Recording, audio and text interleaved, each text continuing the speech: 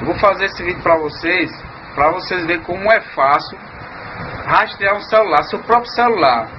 É tão fácil, não sei porque a polícia não rastreia um celular, porque é muito fácil.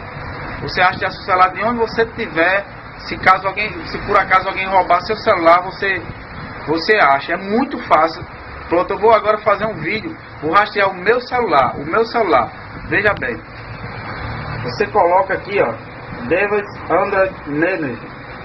Aí você vai no Google, isso é no Google. Aí você vai aqui, ó, pega esse primeiro aqui, ó. Aí no caso aqui, ó, ele vai pedir para entrar na minha conta, já tá salvo aqui, né? Você tem sua conta no Google, né? No Gmail no caso, né? Ou sei lá, o dispositivo. Aí você vai entrar, ó, repara, viu? Ó, já entrou, ele já achou meu celular, ó, sem digitar o e-mail nem nada. Motoé, entendeu?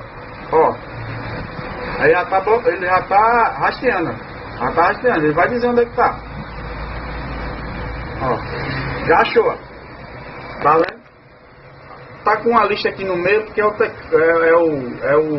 computador. Mas ó mesmo, ele tá dizendo onde é que tá, ó. Ele tá batendo aqui, ó, onde eu tô. Tá vendo? É isso mesmo, essa principal aqui, ó. É isso aqui mesmo.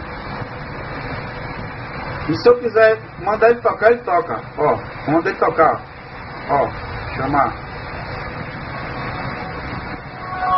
Tá vendo o celular tocando?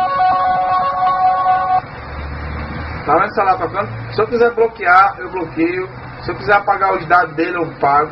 Tudo, onde ele tiver, eu acho, tá vendo? Tá vendo como é fácil? Aí, compartilhe esse vídeo, porque isso vai servir para todo mundo. E agora ladrão não vai ter esse negócio de estar roubando celular, não.